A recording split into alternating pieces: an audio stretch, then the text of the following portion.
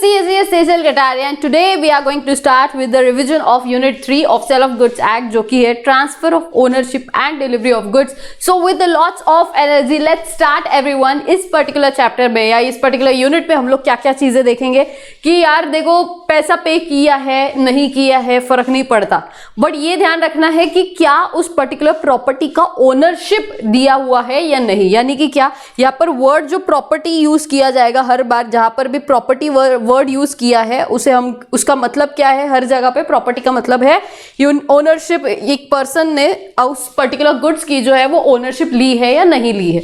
जो ओनरशिप है वो इतना इंपॉर्टेंट टॉपिक इसीलिए है बिकॉज यहां पर रिस्क फॉलोज ओनरशिप. मतलब क्या रिस्क फॉलोज ओनरशिप का मतलब ये है कि जिसके पास भी ओनरशिप रहेगी अगर उस पर्टिकुलर गुड्स को कोई भी लॉस होता है तो वो बेयर कौन करेगा. वो बेयर करेगा जो भी पर्सन के पास उसका ओनरशिप है. अब पैसा पे किया हो या ना किया हो वो तो बाद में देखेंगे, लेकिन ये देखा जाएगा कि यार ये बिना पैसे का भी ओनरशिप ट्रांसफर हो रहा है या नहीं हो रहा है. या फिर ऐसा भी हो सकता है कि यार पैसे भी दे दिए हैं लेकिन फिर भी ओनरशिप ट्रांसफर नहीं है. पैसे दिए हैं और ओनरशिप ट्रांसफर कर दी है. और भी बहुत सारे सिचुएशंस है जो ओनर है उसी ने आगे जो भी पर्सन को जिसने भी बाय किया है उसे ओनरशिप ट्रांसफर करी है, किसी और ने उसके बिहाफ पे ओनरशिप ट्रांसफर करी है.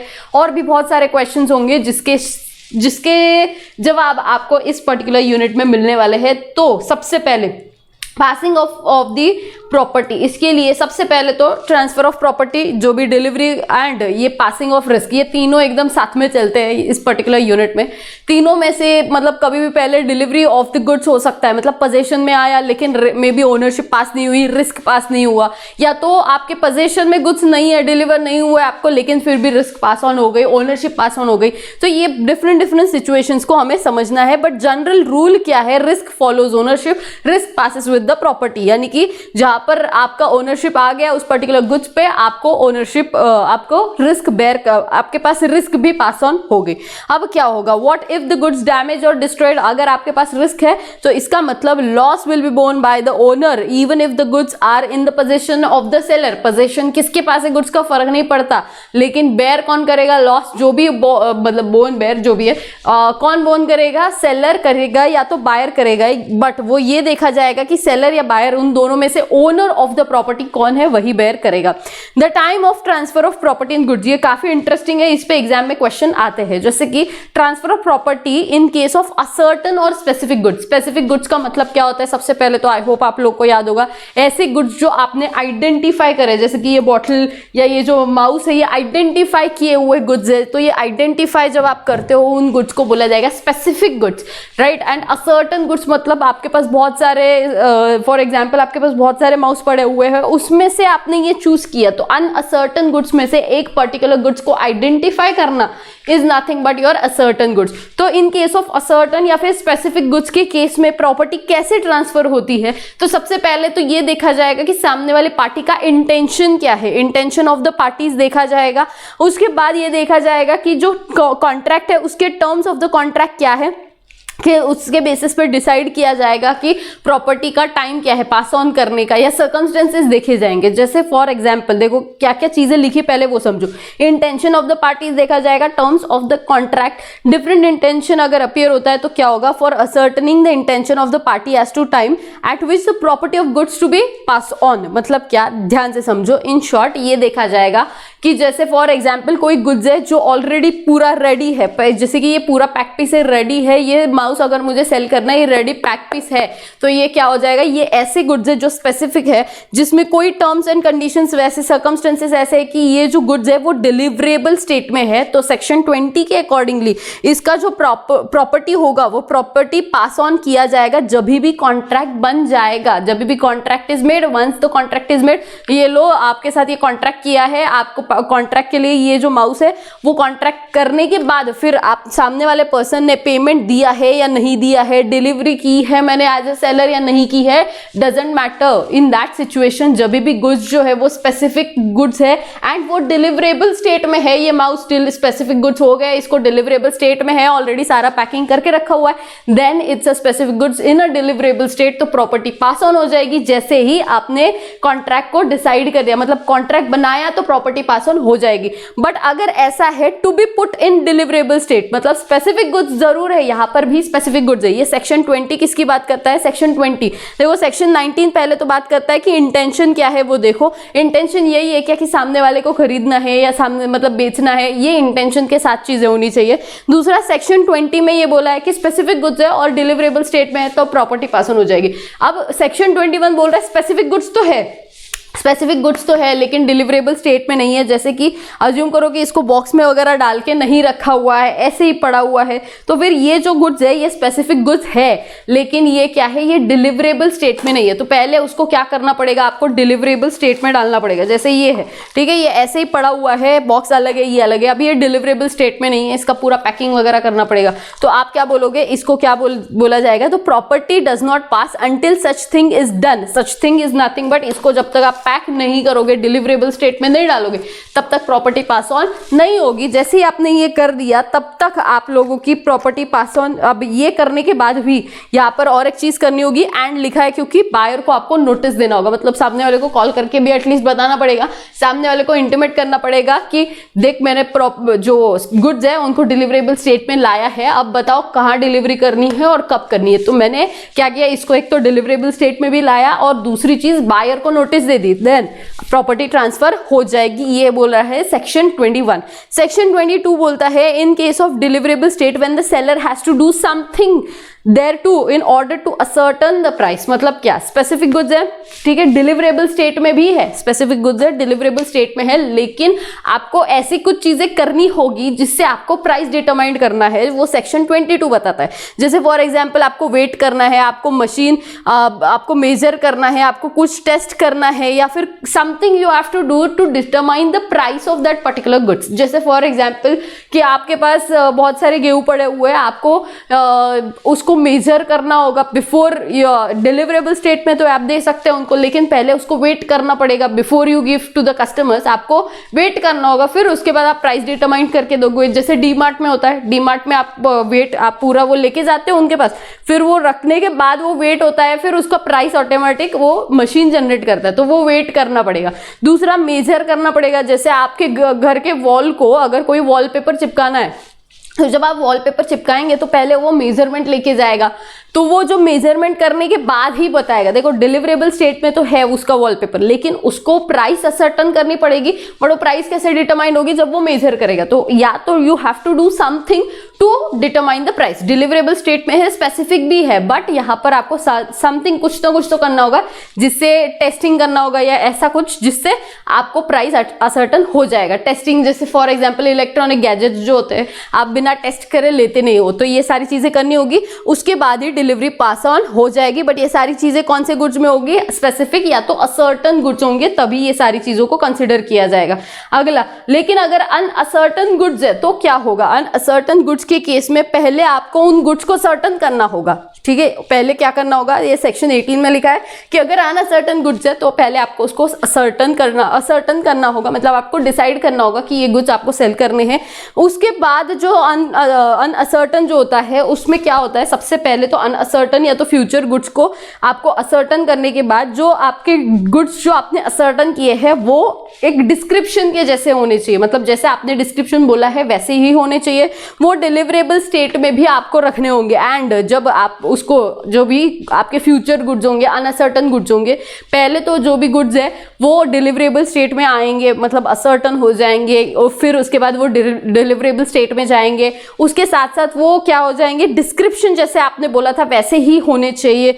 और एंड अनकंडीशनली अप्रोप्रिएटेड। मतलब क्या, unconditionally word is very important. मतलब अप्रोप्रिएशन इज नथिंग बट आपने सिलेक्ट कर लिए गुड्स, या तो आपने उसको डिलीवरेबल स्टेट में डाल दिया या सामने वाले को बोल दिया डिलीवरी के लिए भेज दिया, that is nothing but appropriate करना, कि आपने गुड्स को प्रॉपरली अप्रोप्रिएट करके रखा हुआ है, डिलीवरेबल स्टेट में लाके रखा हुआ है।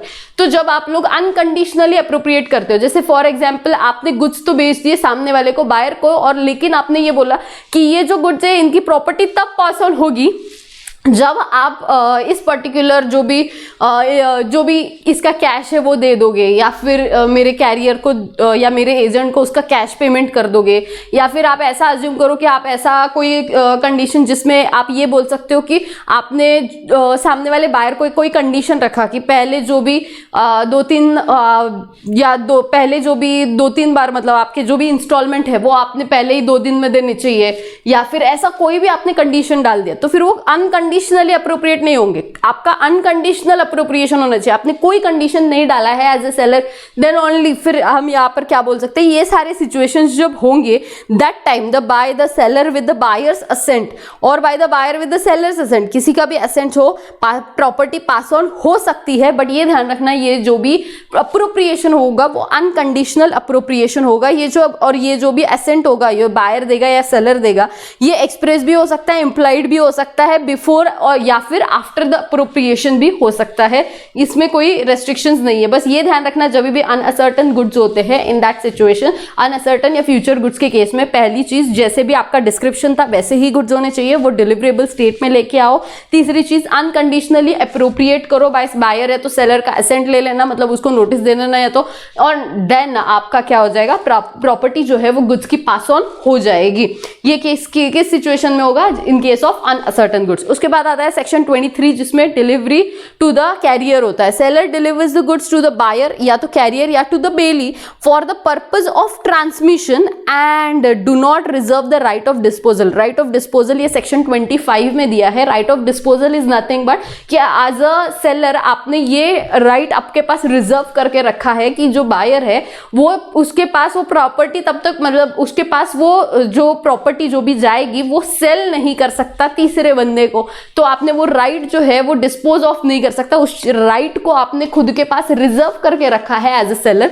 तो अगर ऐसा सिचुएशन है कि सेलर ने जो है वो गुड्स तो दे दिए, कैरियर को दे दिए, ठीक है, वो आपने ट्रांसपोर्टेशन कंपनी को दे दिए, किसी को भी दे दिए, अब वो एज अ बेली वो लेके जाएगा, वो जब लेके जा रहा है इन दैट सिचुएशन, जब वो लेके जाएगा उन गुड्स को, तब उस सिचुएशन में क्या होगा, उस सिचुएशन में जो सेलर है उसने अपने पास वो राइट ऑफ डिस्पोजल रिजर्व करके अगर रखा है तो फिर he is deemed to have unconditionally appropriate the goods to the contract, and फिर उसके बाद जो प्रॉपर्टी होगी वो तब पास ऑन होगी जब तक वो कंडीशन फुलफिल नहीं होती है, एंड प्लस जो भी राइट जो रिजर्व करके रखा होगा, अगर वो उसने राइट को वेव ऑफ नहीं किया या तो उसने राइट को रिजर्व नहीं करके रखा है। अगर मतलब इन शॉर्ट बेसिकली सीधी सी बात है, जब कोई भी ट्रांसपोर्ट कंपनी के पास या कोई भी बेली के पास आपने गुड्स दे दिए डिलीवर करने के लिए, तो फिर वो जब गुड्स डिलीवरी होगा उस टाइम पे क्या किया जाएगा, एज अ सेलर आपके पास वो राइट रिजर्व नहीं होना चाहिए डिस्पोज ऑफ का, तो हम मानेंगे कि प्रॉपर्टी पास ऑन हो गई है। और उसके बाद आता है वेरी इंपॉर्टेंट सेक्शन 24 जिसपे यूजुअली एग्जाम में क्वेश्चन आता है, इवन आरटीपी दिसंबर के अटेम्प्ट में भी ये क्वेश्चन आया है।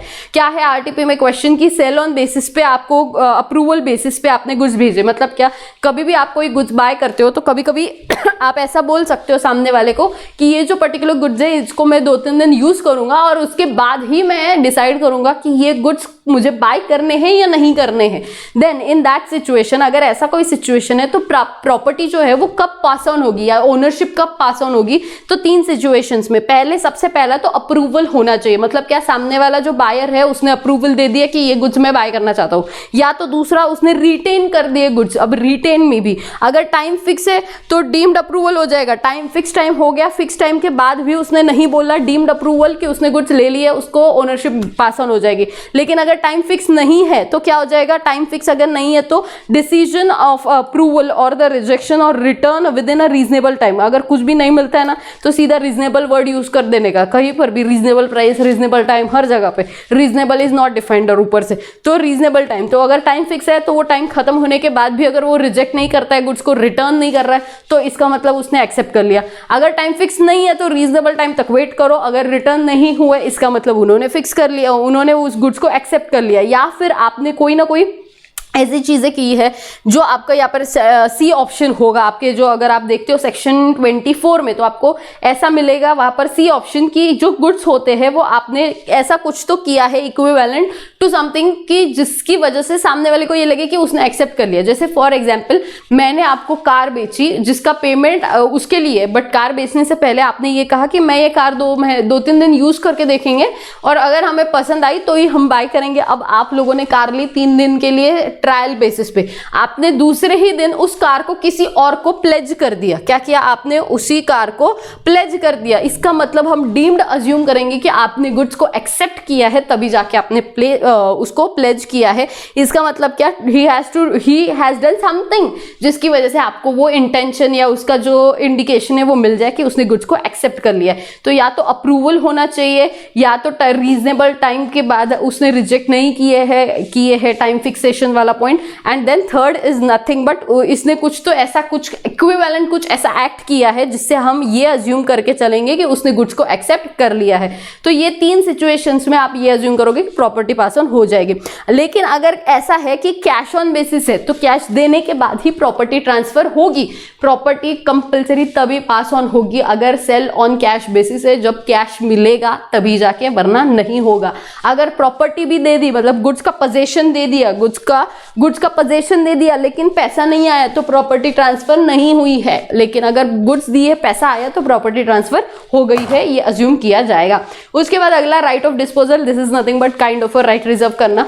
अगला section 26, risk passes by the property, risk follows ownership. Owner of the goods must bear the loss और the damages unless otherwise agreed. The goods remain at the seller's risk until the property then is passed on to the buyer. Obvious सी बात है, क्या लिखा हुआ है, unless otherwise agreed. Unless otherwise agreed, जो भी गुड्स है वो सेलर के रिस्क पे ही रहेंगे जब तक प्रॉपर्टी जो है या ओनरशिप जो है वो पास ऑन नहीं होती है बायर के पास, तब तक के लिए। एक्सेप्शंस क्या क्या है, एक्सेप्शंस और क्वालिफिकेशन। सबसे पहला कि delay of the delivery due to the fault of one of the party. मतलब जैसे फॉर एग्जांपल अगर ऐसा होता है कि जो गोडाउन में उसने जो फ्रिज, चलो मान लो कि 100 फ्रिज का ऑर्डर था, ठीक है, सेलर है बायर है, 100 फ्रिज का ऑर्डर था, वेयर हाउस में रखा है।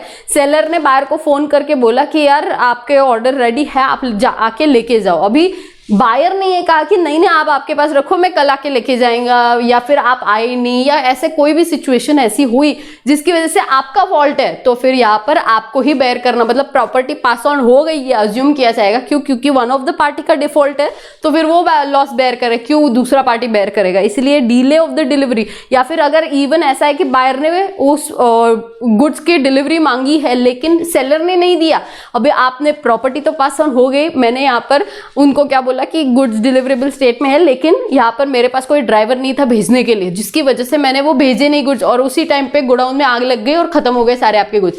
Then in that situation seller का फॉल्ट है तो seller will bear the loss, भले ही ओनरशिप बायर की क्यों ना हो। तो पहली चीज जिसका भी डिफॉल्ट होगा डिलीवरी के केस में। दूसरा special agreement between the parties, अगर कोई एग्रीमेंट में कुछ और चीजें डिसाइड होगी कि जब तक आपके डोर स्टेप पे नहीं आएगा तब तक कुछ भी हो जाए, ओनरशिप ट्रांसफर नहीं होगी वगैरह, ऐसा कुछ एग्रीमेंट किया होगा। तो ट्रेड यूसेज जो भी उनका कस्टम होगा उस बिजनेस का, उसके बेसिस पे nothing in this section shall affect the duties and liabilities of the belly. Belly is nothing but ऐसा पर्सन जो उस गुड्स के पोजेशन में है। तो वो गुड्स के पोजेशन में होने के बाद आपके पास कुछ ड्यूटीज रिस्पॉन्सिबिलिटी होती है कि आपने इन गुड्स को ऐसे ही टेक केयर करना चाहिए इन गुड्स का as if these goods are your own goods. तो ऐसा आपने ध्यान रखना चाहिए। तो ये उन्होंने 4 पॉइंट्स दिए हुए हैं। अब अगला ध्यान से, इस पे एग्जाम में यूजुअली क्वेश्चन आता है, ये जो प्रिंसिपल है ये सेक्शन 27 में दिया है, वो दिया हुआ है ट्रांसफर बाय नॉन ओनर्स, मतलब ओनरशिप राइट नहीं है लेकिन फिर भी हम ओनरशिप ट्रांसफर कर सकते हैं if the buyer requires is in, but ये 2 कंडीशन हर जगह पे चिपकाना है आपको कि वो बोनाफाइड यानी कि गुड फेथ में लिया है and for value goods purchase किया हुआ है। तो ये इसको एक प्रिंसिपल बोला जाता है, इसका प्रिंसिपल का नाम है nemo dat quod non habet, यानी कि no one can transfer a better title than himself has.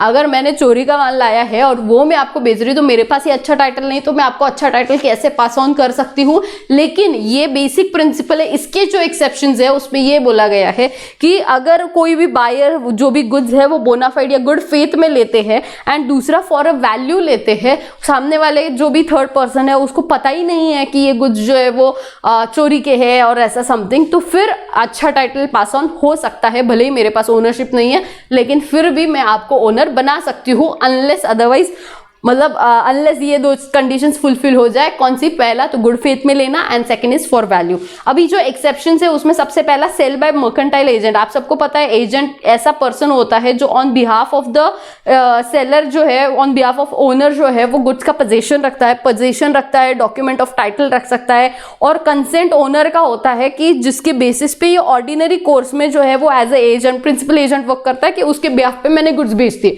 तो अलाउड किया जाएगा। और ये ध्यान रखना है हर जगह पर कि बायर जो है उसने गुड वैल्यू में, गुड फेथ में एंड वैल्यू के लिए गुड्स बाय किया है एंड जो भी बायर है, बायर इज नॉट अवेयर और not having any notice of the fact that the seller has no authority to sell, मतलब मुझे अथॉरिटी है नहीं है, ये आपको नहीं पता है, इसके बारे में कुछ भी नहीं पता, आप एकदम इनोसेंट हो कि आपके पास आपने गुड फेथ में किया, आपको कोई आइडिया नहीं है कि आपके साथ फ्रॉड हो रहा है या फिर आपने फॉर वैल्यू किया है। ये सारे सिचुएशन, ये सारे कंडीशंस फुलफिल होने चाहिए along with the ordinary course of business में आपने ये चीज करनी चाहिए एंड कंसेंट होना चाहिए ओनर का।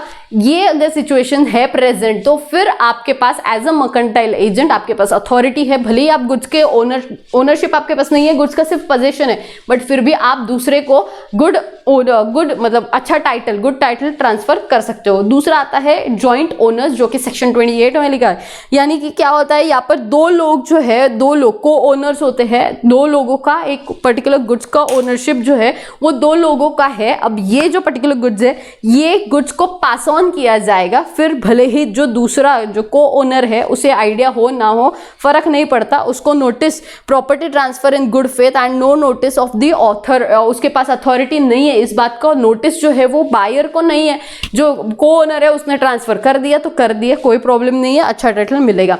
उसके बाद थर्ड आता है sale by a person in the position under a voidable contract. Voidable contract के केस में ऐसा होता है कि अच्छा सामने वाले के पास टाइटल जा सकता है। उसके बाद sale by the one who has agreed to sold the goods but continues to be possession thereof. यहाँ पर इसका मतलब है कि voidable contract is nothing but मैंने साइन करके लिया कोई प्रॉपर्टी के पेपर्स पे, किसी के प्रॉपर्टी के पेपर्स पे साइन करके लिया। अभी मेरा वो जो कॉन्ट्रैक्ट है वैसे देखा जाए तो वॉइडेबल है, बट उसके बावजूद भी आपको पता ही नहीं है ये कॉन्ट्रैक्ट के बारे में, तो फिर आपको अच्छा टाइटल जाएगा। उसके बाद आता है sale by the one who has already sold the goods but continues to be in possession thereof. मतलब क्या होता है कि यहाँ पर एक तो जो गुड्स है उसका पोजीशन आपके पास है, डॉक्यूमेंट ऑफ टाइटल आपके पास है, सामने वाले ने गुड फेथ में लिया है, नोटिस नहीं है उसको कुछ भी कि प्रीवियसली सेल किया हुआ है या फिर ऐसा कुछ, good title although the property of the goods has passed on to the first buyer, a pledge या फिर अ प्लेज और other disposition of the goods and document of title by the seller in position are equally valid. मतलब समझा नहीं होगा तो ध्यान से समझाओ, ध्यान से समझो, मैं समझा रही हूँ। एक पर्सन है, ठीक है, उसको मैंने ऑलरेडी ये जो है ये माउस मैंने बेचा हुआ है, ठीक है, एक पर्सन को मैंने ऑलरेडी, फर्स्ट बायर को मैंने ऑलरेडी बेचा हुआ है। अभी जब मैंने बेचा तब मैंने 1000 रुपए में बेचा, फिर यहाँ से दूसरा बायर आया, उसने मुझे 1500 का प्राइस दिया। 1500 का जब प्राइस दिया तब मैंने सोचा यार, मेरे मन में आया लालच, मैंने क्या किया, मैंने ये 1000 की जगह मैंने उसको 1500 में दे दिया। अब एक्चुअल में ये जब कॉन्ट्रैक्ट हुआ वैसे देखा जाए तो प्रॉपर्टी मैंने ट्रांसफर कर दी है, बट भले ही पोजीशन मेरे पास हो लेकिन प्रॉपर्टी तो ट्रांसफर कर दी। बट मैंने क्या किया, मुझे ज्यादा पैसे मिल रहे थे तो मैंने इसको बेच दिया 1500 में।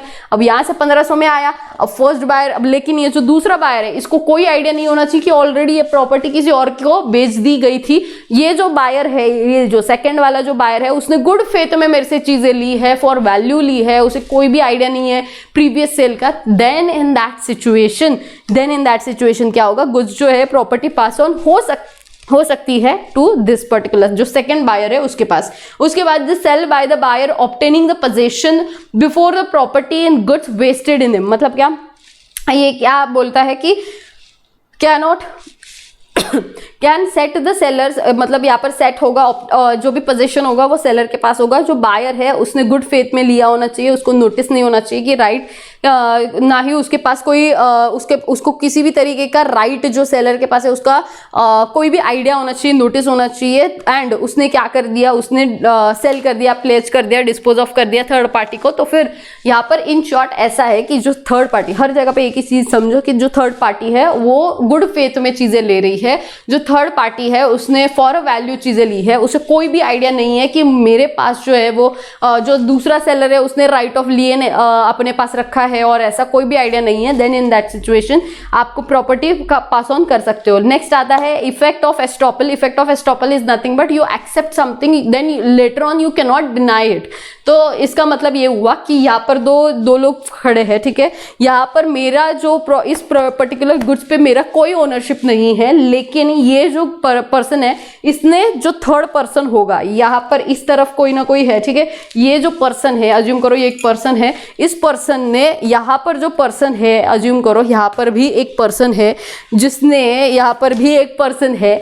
तो इसने क्या किया, मेरे सामने ये वाले पर्सन ने बोला कि जो भी प्रॉपर्टी है वो ऐसी ऐसी है, ये इनकी है, ऐसा वैसा, और मैंने कुछ भी डिनाई नहीं किया, ठीक है। और फिर उसके पास अथॉरिटी नहीं है फिर भी, लेकिन उसने जो है वो बेच दिया उस प्रॉपर्टी को मेरे नाम से। तो फिर अभी मेरे सामने ही प्रॉपर्टी बेची मेरे नाम से, एंड मैंने कुछ भी नहीं बोला है, तो फिर क्या हो जाएगा, ये ऐसा माना जाएगा कि यार ये प्रॉपर्टी, मतलब आप बाद में डिनाई नहीं कर सकते किसी भी चीज से। तो इसीलिए ऐसा बोला जाता है कि इफेक्ट ऑफ एस्टॉपल, मतलब एस्टॉपल के थ्रू बेचा होगा तो फिर वो प्रॉपर्टी पास ऑन हो सकती है। Sale by unpaid seller. Unpaid seller आगे जाके यूनिट है, पूरा सेक्शन 54 में लिखा हुआ है कि जो अनपेड सेलर होगा, अगर उसको उसका पैसा नहीं मिलता है then he has a right to resell those goods. तो इन दैट सिचुएशन अच्छा टाइटल पास ऑन हो सकता है। एंड अदर एक्ट्स के भी प्रोविजन होंगे, जैसे कि ऑफिशियल रिसीवर या असाइनी या तो लिक्विडेटर होता है, वो गुड्स जो है वो सेल कर देता है। जब भी कंपनी वाइंडिंग अप में जाती है तब इन लोगों को असाइन किया जाता है।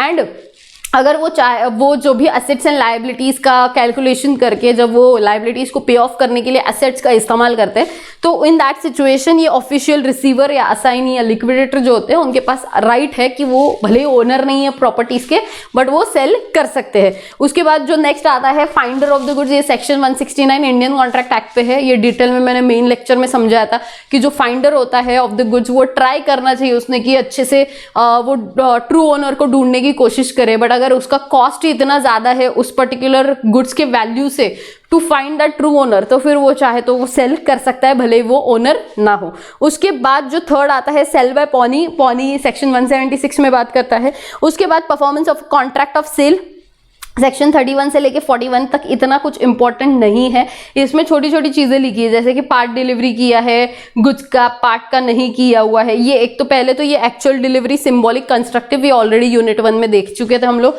उसके बारे में लिखा है। फिर उसके बाद कुछ पेमेंट डिलीवरी दोनों साथ में साइमल्टेनियसली हो सकते हैं, नहीं हो सकते। पार्ट डिलीवरी हुआ है, इंस्टॉलमेंट में डिलीवरी हुआ है गुड्स का, या फिर रॉन्ग क्वालिटी आया है, ट्रांजिट में डिटोरिएशन हुआ, तो क्या होगा, ये बेसिक एक्सपेंसेस कौन बेयर करेगा डिलीवरी के। तो ये बेसिक ऐसा कुछ चीजें लिखी हुई है। जैसे कि इसमें one of the important point is कि जो भी सेलर जो भी ये होता है एक्सपेंस होता है डिलीवरी का, यूजुअली सेलर बेयर करता है, usually, unless otherwise specified in a contract, otherwise मतलब कुछ और लिखा होगा। तो अगर रॉन्ग क्वालिटी के है तो चाहे तो कैंसिल कर सकता है कॉन्ट्रैक्ट। ये सारी बेसिक चीजें लिखी हुई है, ये आप पढ़ सकते हो। इसमें कोई ऐसा रॉकेट साइंस नहीं दिया हुआ।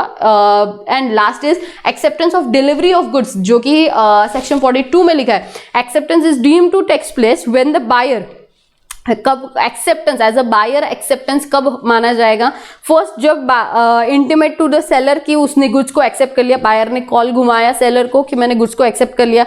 या फिर second, does any act to the goods which is inconsistent with the ownership of the seller, मतलब क्या कि आपने वो गुड्स को प्लेज कर दिया हो, एज अ बायर आपने प्लेज कर दिया, और the retain the goods after the lapse of reasonable time, मतलब रीजनेबल टाइम में आपने सामने वाले को भले ही ना बताया हो लेकिन आपने गुड्स रखे। जैसे अमेजोन को आप जाके कॉल नहीं करते कि हाँ मैंने गुड्स को एक्सेप्ट कर लिया है, ऐसा आप नहीं करते, लेकिन 10 दिन तक आपके पास टाइम है, आप चाहो तो रिटर्न करो। आपने नहीं किया इसका मतलब आपने एक्सेप्ट कर लिया है, ऐसा माना जाता है।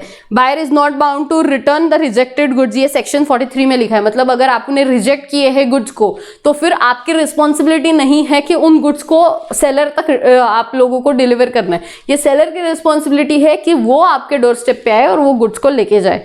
The liability of the buyer for neglecting और refusing the delivery of the goods, अगर कोई भी निगलेक्ट, मतलब आपने निगलेक्ट किया कोई भी, या फिर आपने डिलीवरी लेने से रिफ्यूज किया या ऐसी कोई भी हरकत करी, तो आपकी लायबिलिटी होगी। आप जो है वो ओनर हो ना हो, आप जो मतलब इन शॉर्ट जो डिफॉल्टिंग पार्टी होगी वो लॉस बेयर करेगी। दैट्स इट, इतना ही उनको बोलना है। इसी के साथ ये पर्टिकुलर यूनिट जो है वो खत्म होता है। Will meet in the next unit.